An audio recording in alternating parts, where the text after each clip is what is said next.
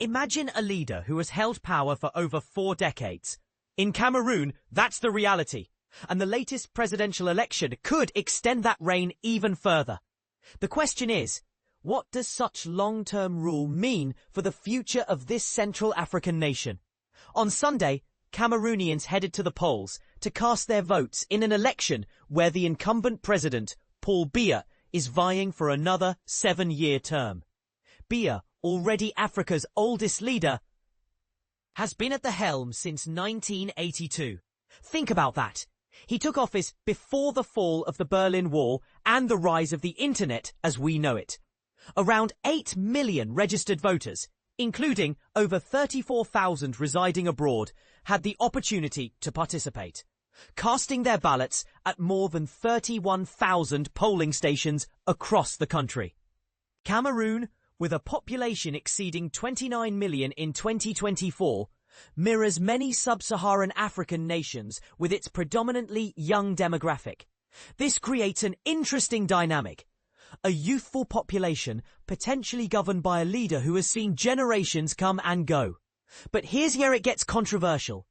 How well can a leader who has been in power for so long truly represent the aspirations and needs of a young and evolving population? The polls were scheduled to close at 6 p.m. local time, and the official results are anticipated no later than October 26. Political analysts are largely predicting a victory for President Biya, who initially ascended to the presidency following the resignation of Amadou Ahidjo, Cameroon's first president. Since then, Biya has secured victory in 7 subsequent elections. In fact, Cameroon has only experienced 2 different leaders since gaining independence in 1960.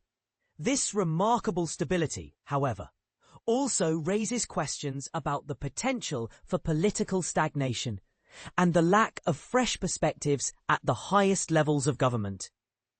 In announcing his decision to seek another term, Biya stated, "In the face of increasingly difficult international environment, the challenges facing us are more and more pressing. In such a situation, I cannot shirk my mission." While his words convey a sense of duty, they also lack specific details about the concrete actions he plans to take to address these challenges. If Biya wins and completes another term, he would be a staggering 99 years old by the time he leaves office. This inevitably brings his health into the spotlight. His frequent trips to Europe have fueled speculation about his well-being, raising concerns about whether he is fully capable of handling the day-to-day responsibilities of governing. Critics suggest that key party officials and even family members are increasingly managing the country's affairs in his absence. And this is the part most people miss. The question isn't just about physical health, but also about the potential for a disconnect between the leader and the realities faced by ordinary Cameroonians. Biya faced 9 opposition candidates in this election, including some individuals who were once his allies or appointees.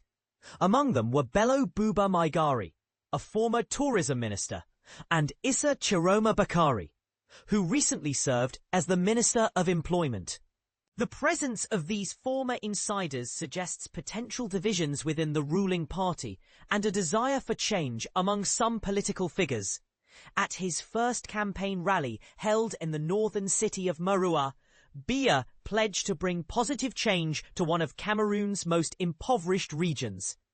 The predominantly Muslim north accounts for nearly 20% of the country's eligible voters, and both Maigari and Bakari command significant support in the far north. This highlights the importance of regional dynamics and the need for the government to address the specific needs of marginalized communities. Beyond political considerations, Cameroon faces serious security challenges. In the western region, a violent secessionist conflict is ongoing between English-speaking separatists who claim to be marginalized by the French-speaking majority and government forces. This conflict has resulted in significant displacement and human suffering. In the north, the Boko Haram insurgency continues to spill over from neighboring Nigeria, with armed groups regularly attacking border towns. These security threats not only destabilize the country, but also divert resources away from essential services and development programs.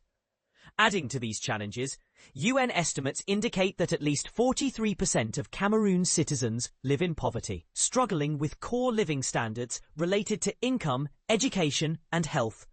This stark reality underscores the urgent need for effective policies to promote economic growth, create jobs, and improve access to essential services for all Cameroonians. The election raises a crucial question. Can the current leadership or a new one effectively address these multifaceted challenges and create a brighter future for the people of Cameroon?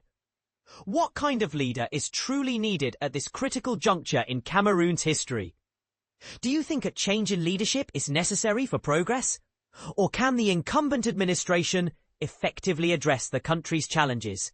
Share your thoughts in the comments below.